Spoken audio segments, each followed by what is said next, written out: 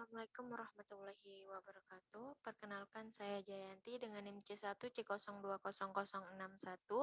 Di sini saya akan membahas tentang mekanisme perhitungan PPNBM guna memenuhi tugas mata kuliah perpajakan yang diampu oleh Bapak Wirmi Eka Putra. Baiklah, untuk materi yang pertama, kita harus mengetahui dulu apa itu PPNBM. Jadi, berdasarkan Undang-Undang PPNBM atau pajak penjualan atas barang mewah, merupakan pajak yang dikenakan pada barang yang tergolong mewah yang dilakukan oleh produsen atau pengusaha untuk menghasilkan atau mengimpor barang tersebut dalam kegiatan usaha atau pekerjaannya.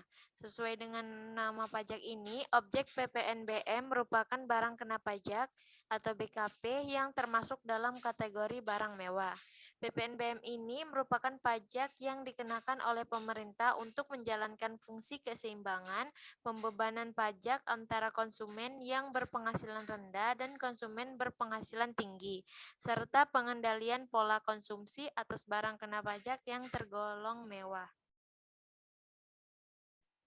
Nah, berikutnya ada karakteristik PPNBM. Jadi karakteristik PPNBM itu terdiri dari 4. Yang pertama yaitu PPNBM salah satu pungutan tambahan yang dikenakan pada barang mewah di samping PPN. Maksud dari PPNBM ini agar setiap konsumen yang membeli barang mewah dan yang memiliki daya beli yang sangat tinggi, maka mereka juga harus memiliki beban tambahan pajak dibandingkan dengan konsumen yang berdaya beli rendah. Kemudian, pajak penjualan barang mewah hanya dipungut sekali saja, yakni pada saat impor BKP yang termasuk mewah atau saat penyerahan BKP mewah yang dilakukan oleh PKP pabrikan. Kemudian yang ketiga yaitu PPNBM tidak dapat dilakukan pengkreditannya dengan PPN. Namun demikian apabila eksporting mengekspor BKP yang tergolong mewah, maka PPNBM yang telah dibayar pada saat perolehan dapat diizinkan. Kemudian yang terakhir yaitu dalam penyerahan BKP yang tergolong mewah tidak memperhatikan apakah suatu bagian dari BKP tersebut telah dikenakan atau tidak dikenakan PPNBM pada transaksi sebelumnya. Selanjutnya ada objek PPNBM. Menurut Undang-Undang Nomor 8 Tahun 1984, yang sekarang sudah mengalami perubahan dalam Undang-Undang Nomor 42 Tahun 2009 tentang perubahan ketiga pajak pertambahan nilai barang dan jasa dan pajak penjualan atas barang mewah atau PPNBM. Adapun terdapat beberapa objek. Yang pertama yaitu PPNBM bukan merupakan barang kebutuhan pokok. Kemudian objek PPNBM hanya dikonsumsi demi status atau untuk menunjukkan status sosialnya. Yang ketiga, PPNBM hanya dikonsumsi oleh orang-orang atau masyarakat tertentu. Dan yang terakhir, objek PPNBM umumnya hanya dikonsumsi oleh orang-orang yang memiliki penghasilan tinggi.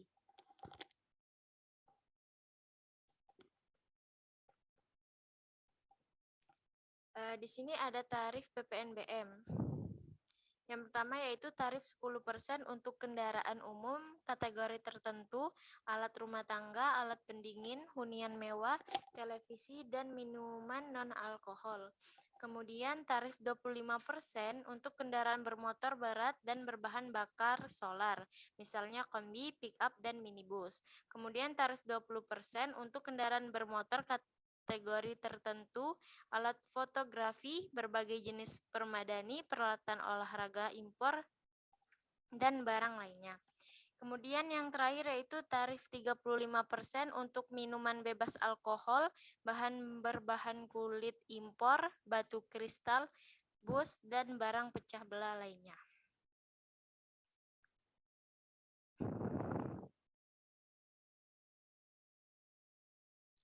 PPNBM yang sesuai prinsip serta pertimbangannya.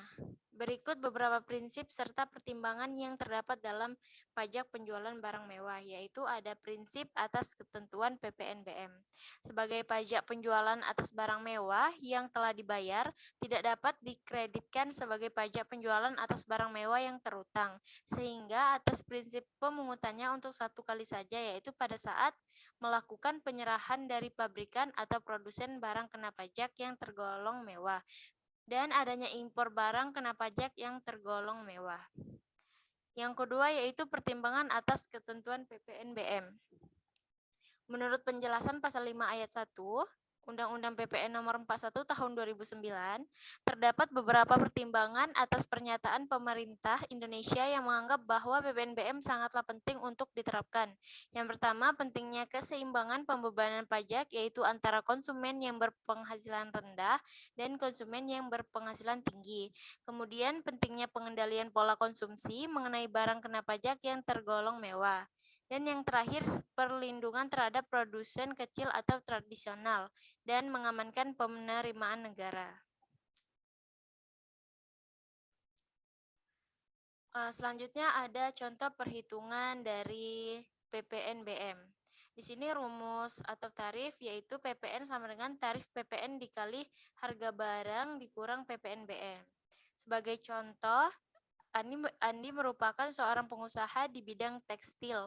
Pada suatu saat Andi membeli sebuah mobil sport mewah 2.500 cc dengan harga 2 miliar.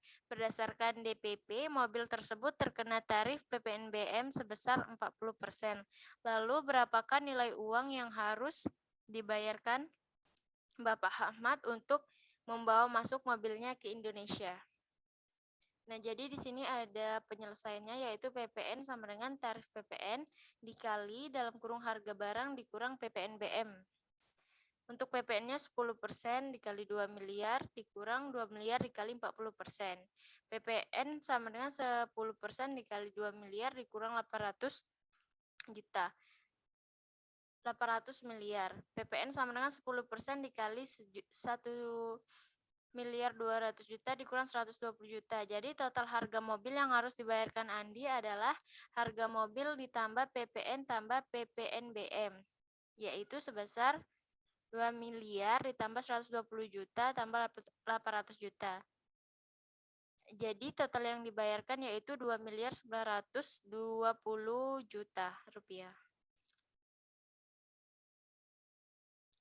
Nah, untuk pelaporan PPNBM, untuk membuat laporan PPNBM harus menggunakan formulir SPT masa PPN 11. Selama masih berada dalam satu periode pajak yang sama, pajak penjualan atas barang mewah tersebut dapat dilaporkan bersama dengan PPN dan PPN impor. Pelaporan pajak barang mewah ini harus segera dilakukan paling lama pada akhir bulan berikutnya setelah tanggal faktur dibuat. Baiklah, sekian yang dapat saya sampaikan. Assalamualaikum warahmatullahi wabarakatuh.